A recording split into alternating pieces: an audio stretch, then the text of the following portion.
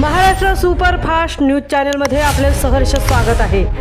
खास सत्याची थार लेखणीची महाराष्ट्रातील ताज्या आणि वेगवान बातम्या पाहण्यासाठी आपल्या हक्काचे चॅनल शेअर करा, लाईक करा आणि सबस्क्राईब करा। धन्यवाद। CRPF जवानाचा गूढ मृत्यू, बेपत्ता तक्रारीनंतर ही पोलिसांची मौन भूमिका, घातपाताचा संशय तीव्र। पोलादपूर तालुक्यातील कणगुले गावचे सुपुत्र व CRPF जवान प्रशांत प्रकाश कदम यांच्या मृत्यूभोवती संशयाचे गडद सावट निर्माण झाले असून अपघात की नियोजित घातपात असा गंभीर सवाल उपस्थित केला जात आहे। पोलिसांच्या ढिसाळ कारभारामुळे नातेवाईक व ग्रामस्थांमध्ये तीव्र संतापाची लाट उसळली आहे। प्रशांत कदम हे 25 मार्च रोजी गुजरातमधील गांधीनगर येथे ड्युटीवर रुजू होण्यासाठी तळेगाव दाभाडे येथून रवाना झाले होते, मात्र ते ठिकाणी त्या पोहोचलेत नाही। 27 मार्च रोजी अधिकाऱ्यांनी कुटुंबियांशी संपर्क साधल्यानंतर त्यांच्या बेपत्तेची तक्रार पत्नी रूपज्योती कदम यांनी तळेगाव दाभाडे पोलीस ठाण्यात दाखल केली। दरम्यान बेपत्ता तक्रार दाखल असतानाच सोमटणे फाटा परिसरात त्यांचा अपघात झाल्याची माहिती समोर येते आणि त्यांना पिंपरी चिंचवड येथील YCM रुग्णालयात दाखल केल्याचे समजते। धक्कादायक बाब म्हणजे त्यांच्या मृत्यूची नोंद 26 मार्चला झाल्याचे समोर येत असताना 27 मार्चला प्रशांत कदम बेपत्ता झाल्याची तक्रार दाखल पोलिसांकडून कुटुंबियांना कोणतीही माहिती देण्यात आली नाही। या विसंगतीमुळे पोलिसांच्या कार्यपद्धतीवर गंभीर प्रश्नचिन्ह निर्माण झाले आहेत।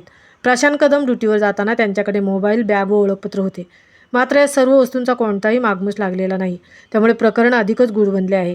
मृतदेह ताब्यात घेतल्यानंतर त्यांच्या मानेभोवती काळे वर्तुळ तसेच पोटावर मार लागल्याचे स्पष्ट चिन्ह दिसून आल्याचा आरोप नातेवाईकांनी केला आहे। त्यामुळे हा सरळ अपघात नसून घातपात असल्याचा ठाम संशय पत्नी रूपज्योती कदम व आई सुनीता कदम यांनी व्यक्त केला आहे। एकीकडे जवान बेपत्ता, दुसरीकडे मृत्यूच्या आधीच नोंद, पोलिसांकडून माहिती दडपली का, असा संतप्त सवाल ग्रामस्थांनी उपस्थित केला आहे। या प्रकरणात तात्काळ सखोल चौकशी करून दोषींवर कठोर कारवाई करावी अशी मागणी सामाजिक कार्यकर्ते उमेश काळेकर यांनी केली आहे।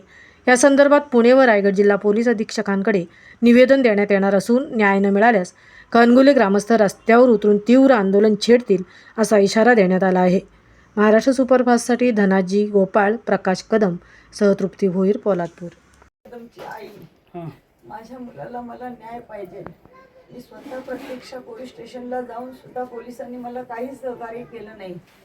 त्यांनी एकदा बोलतो त्यांनी केस घेतली, तो बोलतो नाही त्यांनी केस घेतली, कुठलाही काय हे त्यांनी हे केलेलं नाही, त्याचा उलगाडा बिलकुल केलेला नाही। त्यांच्या CRPF डिपार्टमेंट म्हणून काय चौकशीसाठी त्या हे केले का, त्या पत्रव्यवहार झाला का इकडे येतं पोलीस स्टेशनला?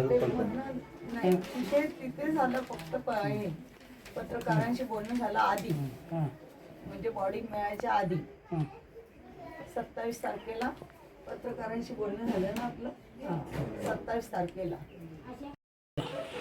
मी प्रशांत कदमची बायको आहे। माझे मिस्टर कामासाठी 25 तारखेला 4:45ला घरातून बाहेर पडले होते। त्याच्यानंतर त्या लोकांनी परत आले, पण कुठे आले ते अजून माहिती पडलेले नाही मला। आणि त्यांचं ते म्हणते की ॲक्सिडेंट होते, पण ॲक्सिडेंट नव्हते, ते त्यांना कोणी मारले गेले आणि त्यासाठी मला न्याय हवे त्यांच्यासाठी। याबाबत तुम्ही काय चौकशी व्हावी म्हणून काय अर्ज वगैरे दिलेले आहेत का? पोलीस स्टेशनला गेलं, पोलिसनी मला काही सहकार्य केलेले नाही आहे। तुमची आता मागणी काय आहे? ह्याची चौकशी व्हावी, हा घातपात आहे आणि याची चौकशी व्हायला पाहिजे। प्रशांत प्रकाश कदम हा माझा भाचा आहे। हे 2004मध्ये CRPFमध्ये भरती झाले आणि त्यांची 22 वर्ष सेवा चालू होती आणि चालू असताना ते आता 20 दिवसाच्या रजेवर आले होते, काहीतरी 10 मार्चच्या दरम्यान, आणि 25 मार्चला ते अहमदाबाद गांधीनगर येथे आपल्या ड्युटीवर रुजू होण्यासाठी चालले होते आणि तिथे जात असताना ते 25 तारखेला 4 वाजता लोकलनी काहीतरी गेले आणि पुन्हा परत आले आणि त्यांचा जो 25 तारखेला संध्याकाळी जो अपघात झाला तो अपघात नसून घातपात झालेला आहे।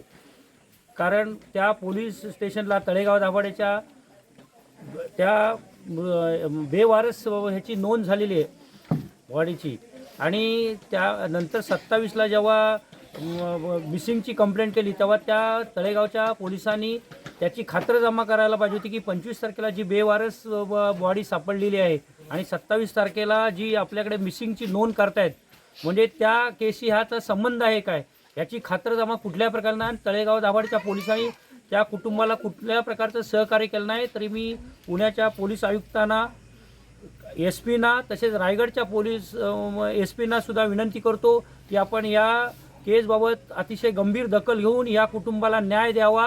हीच कारण हा अपघात नसून हा घातपातच आहे. तेव्हा याची सखोल चौकशी व्हावी ही आपणास विनंती करत आहे. प्रशांत हा या गावचा भूमिपुत्र आहे आणि 30 तारखेला त्याच्या मृत्यूची बातमी समजल्यानंतर आम्ही त्या ठिकाणी गेलो आणि माहिती घेतल्यानंतर जर घटनाक्रम पाहिला तर कुठे त्याला तो ॲक्सिडेंट नसून तो घातपातच झालेला आहे ते कोणी सांगेल. आणि पोलीस डिपार्टमेंटने त्या बाबतीमध्ये त्याच्या मुलाशी जाऊन चौकशी करावी आणि त्याच्याविरुद्ध आई वडील आजी त्याची लहान मुलं पत्नी यांना न्याय मिळवून द्यावा एवढीच आमची ग्रामस्थांची या ठिकाणी मागणी आहे.